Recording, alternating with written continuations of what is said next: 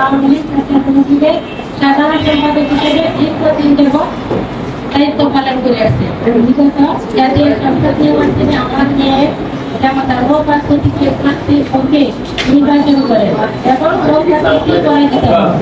উক্ত নির্বাচনের পর থেকে স্বতন্ত্র প্রার্থী মদত পৃষ্ঠ জয়নাল গ্রুপের একটি সন্ত্রাসী আমার মেয়ে জামাতাকে খুন করার জন্য ষড়যন্ত্র করে আসতে ছিল।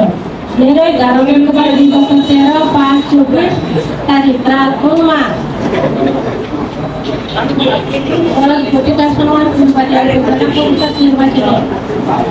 নির্বাচিত প্রচারণা শেষ করে বাড়ি ফেরা থেকে দেওয়ানবাজার মসজিদ মার্কেটের সামনে আসা মাত্রই জয়নাল গ্যাংদের নেতৃত্বে 15-20 জনের একটি সন্ত্রাসী বাহিনী আমার মেয়ে জামাতাকে তার সঙ্গে আক্রমণ চালায় এবং আমার মেয়ের জামাতার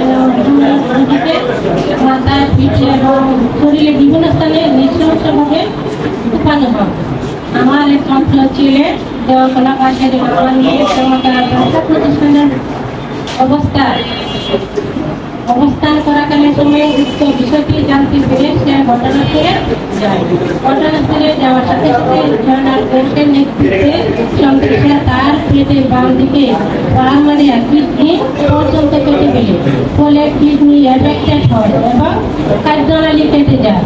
তাকে সন্ত্রাসীদের কবল হতে রক্ষা করে ময়মনসিংহ মেডিকেল কলেজ হাসপাতালে নিয়ে গেলে তার অবস্থা আশঙ্কাজনক থাকায় উন্নত চিকিৎসার জন্য ঢাকায় রেফার করা হয় মডার্ন কলেজ হাসপাতালে।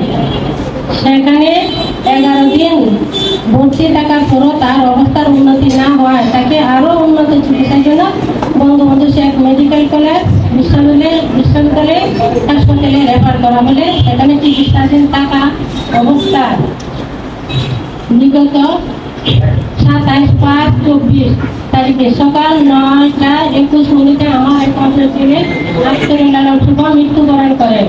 উক্ত বিষয় নিয়ে আমরা সন্ত্রাসী জয়নাল গ্যাংদের বিরুদ্ধে একটি মামলা দায়ের করলে অদৃষ্টতা ক্ষমতার দাপটে সন্ত্রাসীরা প্রকাশ্যে দিবালকে কুপিয়ে খুন করার পরও ঘুরে বেড়াচ্ছে, তাদেরকে গ্রেফতার করা হচ্ছে না। এক্ষেত্রে অদৃষ্ট শক্তির প্রভাবে প্রশাসন নীরব দর্শকের ভূমিকা পালন করছে। আপনাদের মাধ্যমে মাননীয় প্রধানমন্ত্রী ও স্বরাষ্ট্রমন্ত্রী মহোদয়ের কাছে নিবেদন যে ঘটনার সাথে যারা জড়িত কোন ব্যক্তির প্রভাবে এই খুন সংঘটিত হয়েছে সেই বিষয়ে প্রয়োজনীয় ব্যবস্থা গ্রহণের জন্য প্রশাসনের ঊর্ধ্বতন কর্তৃপক্ষের কাছে এই ঘটনার সাথে যারা জড়িত যাদের ছত্র ছাড়া এই খুন তাদেরকে দ্রুত গ্রেফতার করে আইনের আওতায় আনার দাবি জানাচ্ছি। আপনাদের আরো জানাতে চাই যে সন্ত্রাসীরা আমার ছেলেকে খুন করে ক্লান্ত হয়নি, তারা আমার ছেলে এবং মেয়ের জামাতা সহ আমাদের লোকজনদের বিরুদ্ধে একটি মিথ্যা মামলা দায়ের করেন। আমি আপনাদের মাধ্যমে এই মিথ্যা মামলা প্রত্যাহারেরও দাবি জানাচ্ছি। আপনারা এতক্ষণ কষ্ট করে আমাদের সাথে থাকার জন্য সবাইকে ধন্যবাদ।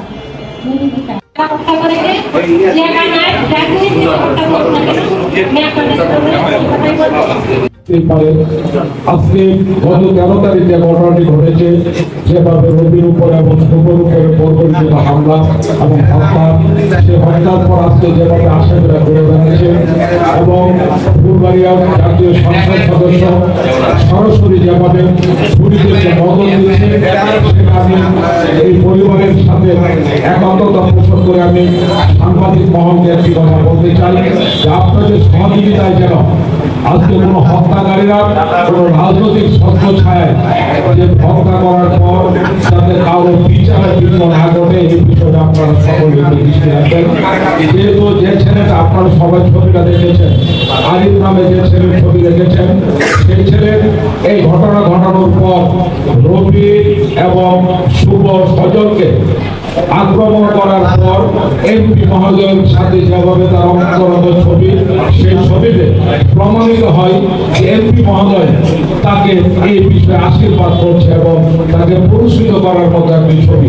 আমিও রাজনীতি করি, আজকে আমি একটি সংগঠন করি, আমাকে যদি হত্যা করা হয় বা আমার কোন আত্মীয় স্বজন হত্যা করার পর যদি কোন রাজনৈতিক ব্যক্তি যদি সেটাকে থানা চাপা দেওয়ার চেষ্টা করে, তাহলে সে হত্যার বিচার কিভাবে হবে? যাই হোক, সকলকে ধন্যবাদ।